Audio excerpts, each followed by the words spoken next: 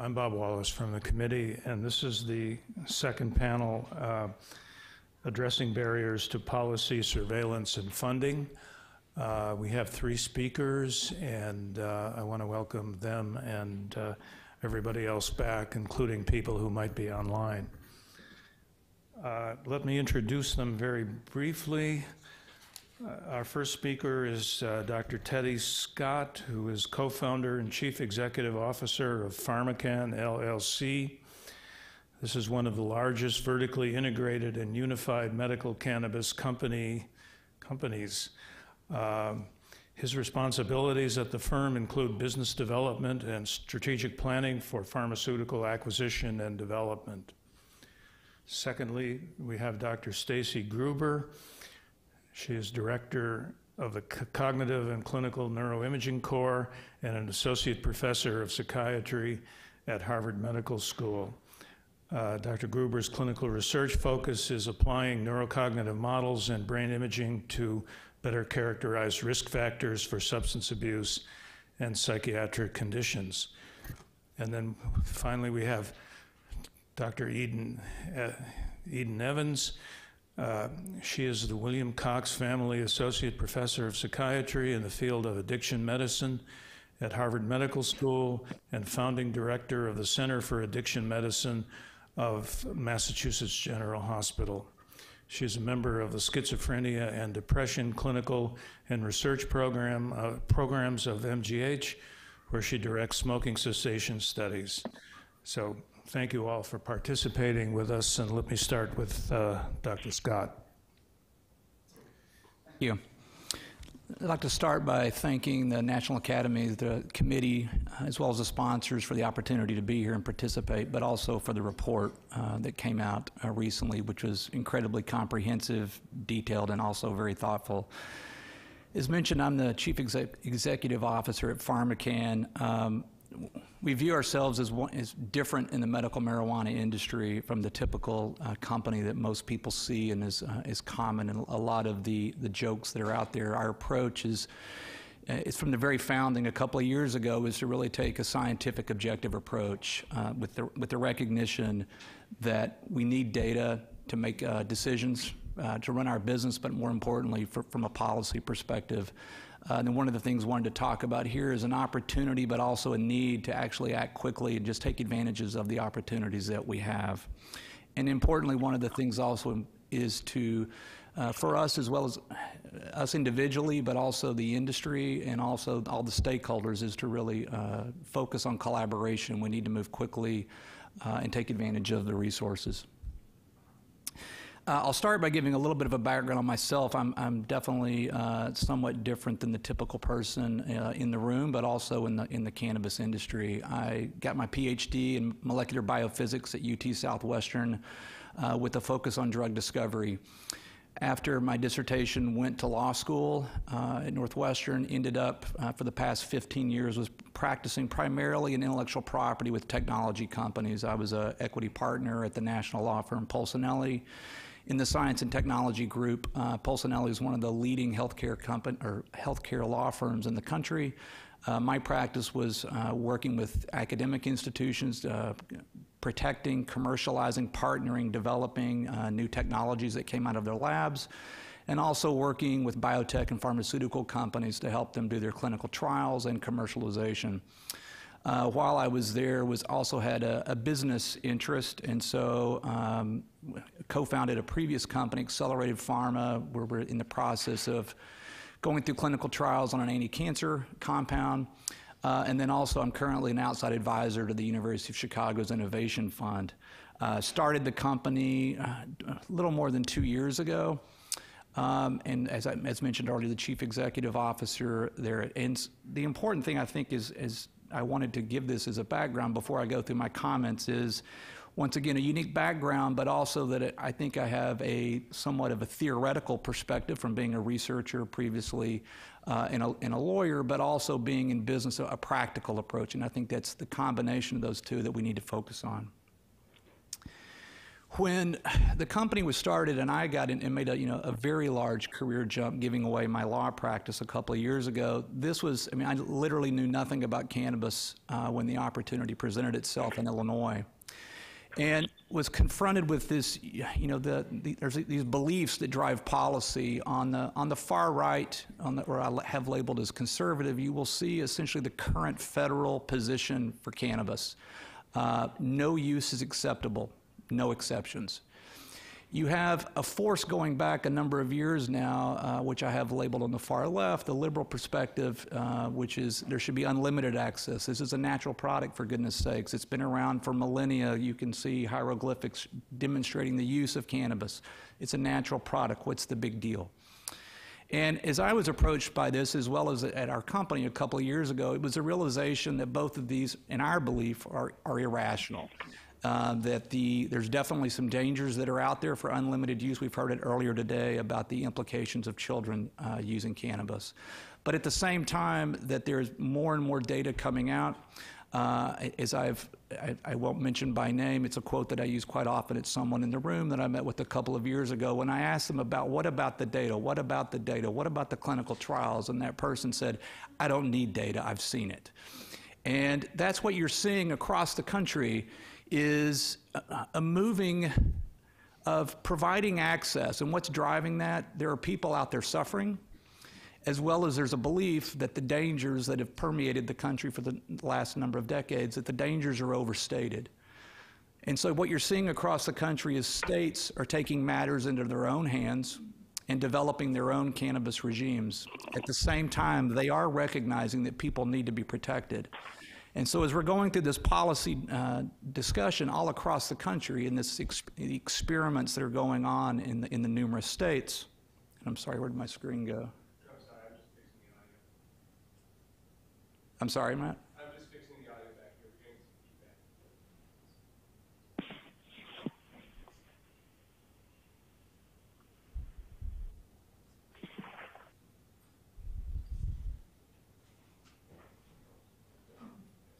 Okay, thank you. The question is, where do we draw the line? Where does society draw the line? Where do the policymakers draw the line? That's still to be determined. And one of the founding beliefs of our company, as well as everybody in this room and the report, is that we need objective evidence. We need data. This is not purely belief. This is not purely anecdotal. This is not mysticism. There's hard, cold data that can be obtained to drive these decisions. But before I go into some of these, it's very important that all of us realize that there's a multitude of policy decisions here. It's not just one. The pros and cons of recreational marijuana and the policies behind it, oftentimes people believe it as a vice. Others believe it's natural. But nonetheless, from a policy perspective, we can probably take our lessons from tobacco and alcohol. We've heard a little bit about that earlier today.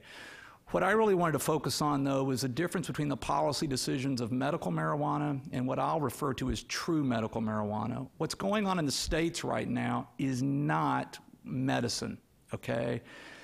What is happening is the states have created these frameworks purely out of compassion. I mean, not purely, but that's what's driving it, is that in all of these states, at the time when these laws were put into place, there was a prohibition on any form of cannabis. Go back to that thing I had earlier where no acceptable use.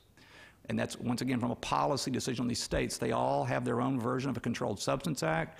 They all have imprisoned numerous people for violating that with regards to cannabis. But what they're doing is the driving force is they're recognizing there are categories of patients that are in need, an unmet need, and so they are adopting their policies, driving out of compassion. And what's important about this, and I see this getting people mixed up on this from the physician's perspective, but also the researcher's perspective, is that in general, physicians are not prescribers. All that the physician is doing and the fundamental role of the physician is as a gatekeeper to confirm the condition. No one else can confirm a medical diagnosis other than a physician, and so that's really the role of these. Now, should that be or not? I don't know. That's a policy decision, but just so that everybody understands that's what's going on. And that's contrasted with what I'll call true medical marijuana. This is what we're all familiar with. You go through FDA, placebo, double-blind trials. You have, you go through, you file your IND, phase 1, 2, 3, you file your NDA, and now you have an ability for a physician to prescribe this, and you have drug companies that are out marketing these products. We're all familiar with this. This is very different than medical marijuana. And this is the current landscape, and there's a couple things that are really important here from the current state of affairs, but also the need for research. There's on the left is just a graphical map showing the 29 states that currently have medical marijuana and the 8 that have recreational. And on the right, more importantly, is you'll see the percentage of the population that have access to medical marijuana or recreational marijuana.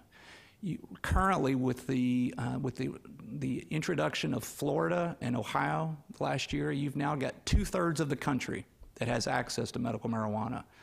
You've got 1/5 that has access to recreational marijuana after Massachusetts and California passed recreational last November. The programs are being built out. Sales have not yet begun, but it's coming soon. And I show this for a couple of, that's a very important point, is that as we talk about, from researchers and from the National Academy's perspective, they're taking the federal government's perspective, which is, from the federal government perspective, there is zero access, okay? The reality of it is very different. This is the reality that's hitting the country. And so from my perspective, we have to be careful, and yes, the recommendations in the report, I don't disagree with any of them. The only thing I would add is the importance to do things quickly.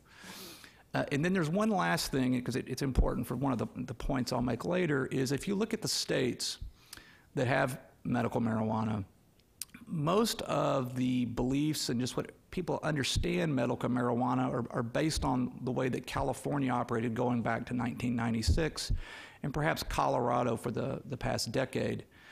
What's happening is you'll see, and it also reflects in the percentage of the U.S. population that has access to medical marijuana, you see an inflection point in 2012. And what happened is you had Illinois, Pennsylvania, New York, Ohio, Florida approve medical marijuana. That's the big inflection point. That's the big jump. There's only, between Illinois and New York, currently today, there's only roughly 25,000 patients that have signed up. But in a couple of years, that's going to be very different. Those are big, very big states from a population perspective. More importantly, they're going to be, from the East Coast perspective, from the federal government's perspective, perhaps more of the media, the attention is often more times on the East Coast. It is coming to the country. There's also a big difference with regards to the way these businesses or these states are set up. Each state is essentially its own country. It has, the federal government is largely out of this. It's left to the states, and so each one of these states has their own unique programs. In general, there's an important thing between the West and the East Coast. If you look at these new states, they're using very highly regulated systems, from the product testing, product availability, and I'll get into that in just a little bit as well. But so focus, on what is coming with the medical marijuana industry from the East. We need to put that into context with the past of the way it operated on the West Coast. And just importantly, just as I was, just to really reinforce that point of the percentage of the country that's affected. We really need to take action quickly. I believe it's easy for us as scientists to, you look at any peer-reviewed paper, there's in the discussion section, I don't know if I've ever seen a paper that they always say, we need more research. I can't make a conclusion, okay? We need more research. Well, that delay is affecting millions of people, okay? We have to realize that.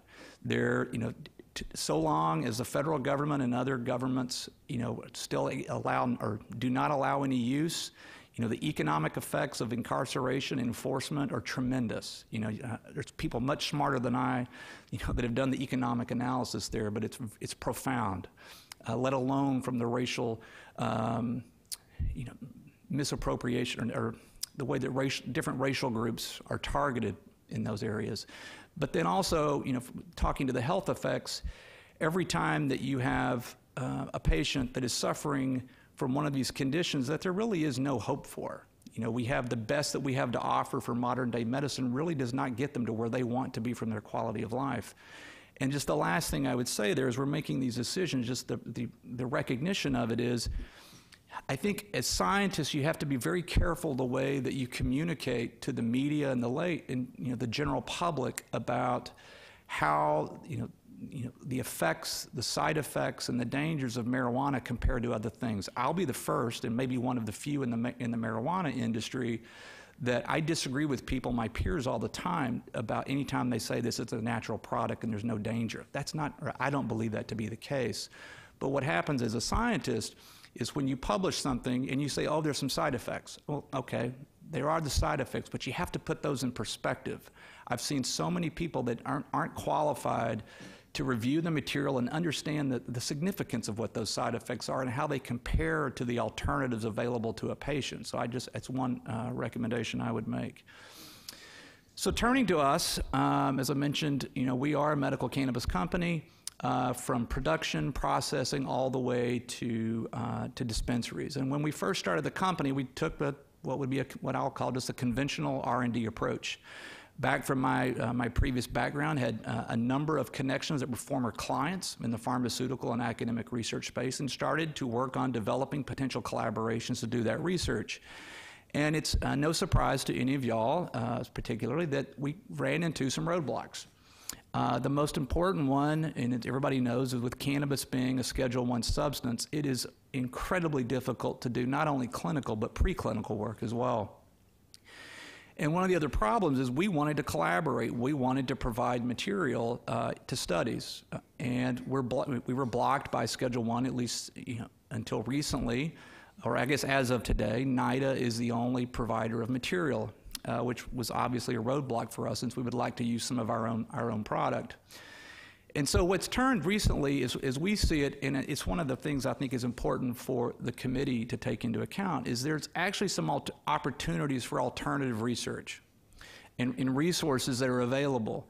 If you focus, across the country, and also on the East Coast in particular, but across the country, you've got greater than 1 million patients across the country that are currently taking medical marijuana. Okay, this is not something that's stuck in phase 2 with nobody taking it. There's over 1 million people using it currently today. If you focus on the East Coast and the states that we operate, there are quality standards, and most importantly, from a research and a data collection perspective, testing for accurate cannabinoid levels. And also important, there are data collection systems already in place. These states that we operate, the highly regulated states, there is a state-mandated registry in place where they collect all the data, every patient, every product they're taking, the dosages, the amounts, everything about it. And also importantly, the systems are HIPAA compliant. And so it's a resource that the research community needs to know is available, and work with groups to try to take advantage of it. And then there's one other opportunity, and that is actually with federal action, which would be short of a reclassification from Schedule I. Is currently we operate based on, it's something that I don't know how many of y'all know of, but it's the Cole memo that was put out by DOJ back in late 2013. If it wasn't for the Cole memo, we as a company never would have started. But what it does is, even though the federal government is not regulating medical cannabis, by its actions through the Cole memo have set up the way these state systems are operating. And so at least as one other opportunity to take advantage from a research is for the federal government to issue, whatever body it might be, the DOJ, DEA, and as later on it could even be the FDA, of ways that we operate the business. And there's one more important one. I think it's something probably all of y'all are aware. Last year, DEA announced, it was right at the same time that they announced that they were not changing the classification on cannabis, they announced that they would start taking applications for third parties to produce cannabis for medical research. And I have highlighted here a very important phrase in this, is we are in the process of, we will be applying for a license. We want to be, it goes back to everything we believe as a company, to do research, and we want to be one of the providers of cannabis for research. But there's, the highlighted portion points out, It's unclear whether the DEA will accept our application or anybody else from the medical cannabis industry, and the reason for that is technically we are violating today the Controlled Substance Act. And I'm hopeful that the reason the DEA has done this with this language here is to give a signal that someone that is not operating in the right way, they will deny, but that they will leave open a possibility for someone operating in the correct way that they will approve. And this is another area I think is something that could be pushed by the committee. The academy is that for the DEA to allow licenses from the industry, because we are the ones that have more experience and more capabilities and perhaps more desire to provide that from industry as opposed to any company doing it from scratch. And just to show you some of the capabilities and we're not the only one, this is our production facility just outside of New York City. It's not nearly the same scale as GW Pharma, but if you were to look at it, it's actually very similar. This is a 130,000 square foot facility that we invested over $30 million in. It's got controlled environmental production from the plants. You have the head house area for all the processing for near GMP quality production. Us, as well as the other producers in the industry, we can make thousands of different products. There was a slide earlier showing the variety. Yes, they're limitless. This is an example of our product that has a 20-to-1 ratio of CBD to THC. And this is perhaps the most important part of that. This is from one of our products in Illinois. And what you will see is in these states that each batch must be tested before it goes out, and it's randomly tested, not by us, by an independent lab, so that you know exactly the cannabinoid levels that are there, but also importantly, from a safety perspective, bacteria, I don't have heavy metals on here, but that's also one thing that's tested, but also mold. There was, I think, a report in the New York Times just this past weekend of a number of deaths, not from cannabis, but from patients that were taking medical cannabis that they had compromised immune systems, and they ended up dying of a fungal infection. They haven't linked it to medical cannabis, but if you look out west, once again, this difference between the western and eastern states, in the western states where they don't test to the same level of detail, it shows the importance of needing to have this level of safety. And then lastly, just with regards to the data collection, this is from one of the providers from the state systems, BioTrack. We do not use them, but I show it just as they're prevalent as the state system in Illinois and New York. And this is just an example of the infrastructure is there to collect this data. We're in our own process building systems to tap into this, to tie on to it, to collect more data. But I really just want to show is the importance of the ability to manufacture these products with high tolerance, with a high degree of specificity, but also the ability to collect data right now. And then just finally, as just the takeaways from my talk is, I really ask, the people in the room and also researchers across the country, do we want to participate, now and really influence, the health of the nation, or are we going to wait and just do everything retrospect? Because it's happening.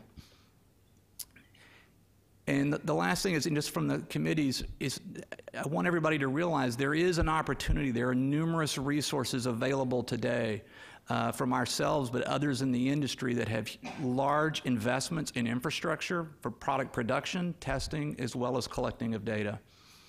And then lastly, there is this opportunity for the federal government taking, that they don't have to go so far. I believe at some point the right thing to do is to relook at the scheduling, but in the meantime, there is opportunity for the federal government to step in through certain types of guidelines, because what it will happen is it will provide a basis for the states that are doing this on their own.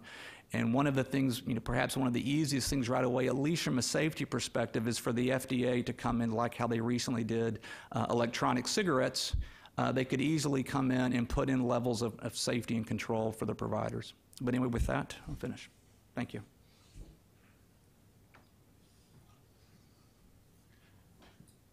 Thanks very much. Why don't I think we have time for just a couple of questions, and then we'll have more time for discussion at the end.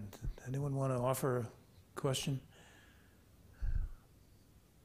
Thank you very much. I enjoyed the presentation. I just have a question about the FDA and how you see things working with the FDA. Can you speak up a little bit? Yeah. Sure. So enjoy the presentation. questions about the FDA and how you see a company like yours working with the FDA going forward. So obviously, even if you get permission from the DEA to be a supplier, you still need to get I assume, an IND. I'm just curious about how you see that process moving forward. And then also, assuming that goes forward, are there any issues currently with the FDA in terms of other companies that may have patents like GW Pharma? I'm just curious, I don't know much about the private industry world. It just seems like there are more hurdles than one might imagine. Thank you. From an FDA perspective, right now, if we were to have our license approved for to produce cannabis for medical research, we would not have the IND. It would be someone right now, any of you, or as well as your colleagues, that does have your IND. We would be the provider for the substance for your own clinical trials. We would be getting an IND if we're doing our own clinical trials, which is actually something we do want to do. I think there's a different question. It may be where you're asking is, to the extent, let's say that we partnered with a collaborator and we wanted to take advantage of these systems that are already in place. Although I was a former lawyer, this is not my area of expertise. It's the thing to look into. My general understanding of it is, once again, with the caveat, it's not my specialty. My understanding is that type of research could be done. It could be analyzed just like public health analyze retrospectively data. Is there is the ability to do that collaboration with our data, and that would not be through an IND. The last question with regards to the patents, yes, that is something to look at. It is something we look at all the time with our competitors, but also people in the industry, and how that would play out. Thank you. Hello, I have a general question. I probably should have asked this of Dr. Thiel also. Can you speak to some of the potential implications and differences, if any, for drug manufacturers between the use of industrial hemp, defined in statute as containing less than 0.3% THC, versus drug-grade cannabis for use in medical applications? That's a great question. I wish I'd thought about to actually put something on that. If medical marijuana is confusing, and it is, the legal status with CBD is even more confusing in hemp.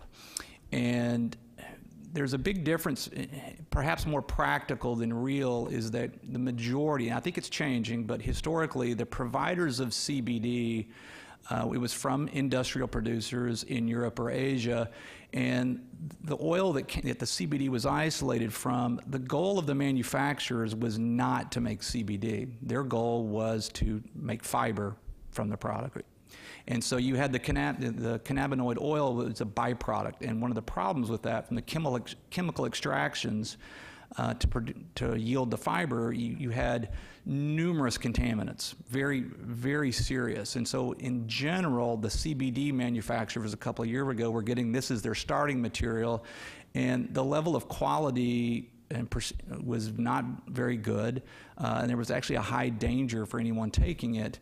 The FDA has stepped in last year to start, adding or issuing no action letters to companies that are in the space, not on quality, but on just the medical claims they're making. And so it's actually a real problem today. The one nice thing that's happening, and I don't know the current state of it, but it is happening, is you're starting to see providers in Colorado and California actually make marijuana or hemp and grow it specifically for high CBDs. And so from a safety perspective, where it's headed is that we perhaps will be able to have a better starting material. Lee, we can maybe take one question from remote side. I have two questions, so I'll hold the other question to the longer period. The other question is, how do you determine the best route of administration for your patients? That's a good question. The primary thing right now, and once it's hard to do that in general, just because there's not that much data to guide it. Anyone that thinks there is enough data to make great recommendations here really misunderstands the current state. The thing that guides us right now primarily is the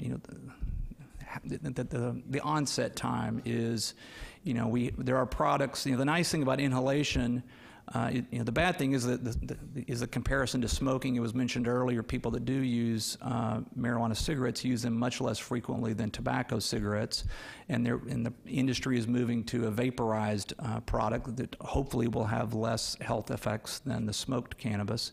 But the nice thing about the inhaled cannabis, even if it's compared to days of old that it's much stronger, is that the patient, number one, gets a very quick onset, a peak within just a few minutes. The patient's also able to do a very good job of titrating how much they need. So even though the cannabis is much more potent than it used to be, they can titrate it. You compare that to an orally administered or an oral mucocal or sublingual, is that onset time is much longer, as well as there's a much higher variability of the effect. The food effect has a big effect. And so in general, what we try to advise is to start with a relatively low dose. One of the things that was actually data I was happy to see for our own guidance is I think that the data was 25 milligrams of THC was where you start to see problematic psychoactive effects. For a patient that has no effect, or I'm sorry, little or if any previous exposure to cannabis, we try to start at 5 milligrams with the goal of trying to start at low, figure out so that they can begin to titrate up as they start taking these orally administered forms.